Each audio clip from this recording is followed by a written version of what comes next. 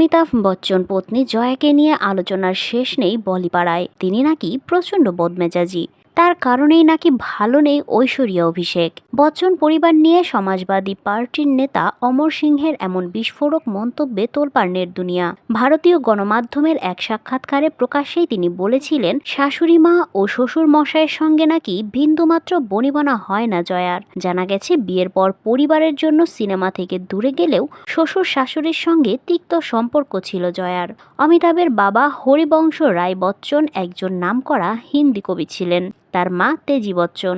অমর সিং বলেন, জয়ার কারণেই নাকি আজীবন আলাদা বাড়িতে থেকেছেন অমিতাভের বাবা মা। আগে অমিতাভের বাবা মা দিল্লিতে থাকতেন, কিন্তু শারীরিক অসুস্থতার কারণে ছেলে অমিতাভের কাছে চলে আসেন তারা। প্রথমে সবাই একসঙ্গেই ছিলেন।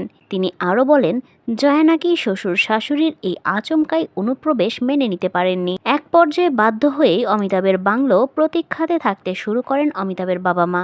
অন্যদিকে অভিনেতার আরেক বাংলো জলসাতে সন্তানদের নিয়ে থাকা শুরু করেন জয়া।